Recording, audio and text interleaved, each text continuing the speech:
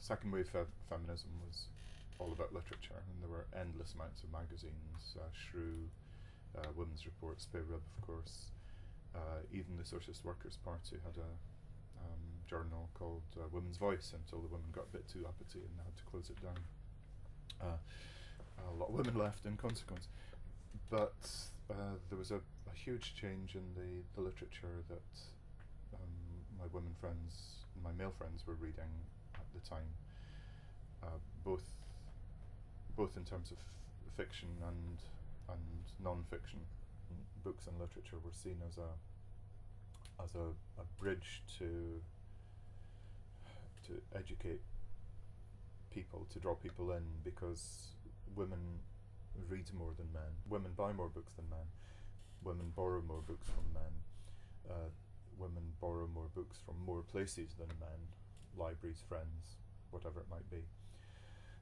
Women are overwhelmingly in book groups, or rather book groups are overwhelmingly women. And book festivals, and I organise a couple of book festivals, the attendance at those are overwhelmingly women.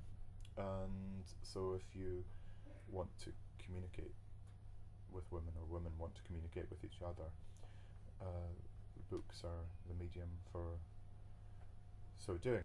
And there were two women's bookshops, at least two women's bookshops, two proper women's bookshops. There were some other attempts.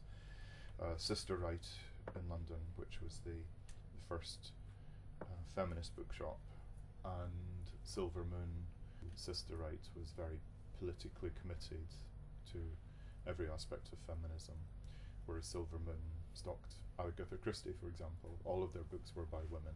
The feminist element was huge, but they operated on a wider canvas. And around the country there were many independent bookshops, like the one I worked in, Mushroom Bookshop in Nottingham. And we had women's sections, women's history section, women's writing section. But more importantly, there were the feminist book fortnights. Feminist book fortnights were huge, but they were huge in that many local library services would have feminist book fortnights, and so would W.H. Smith.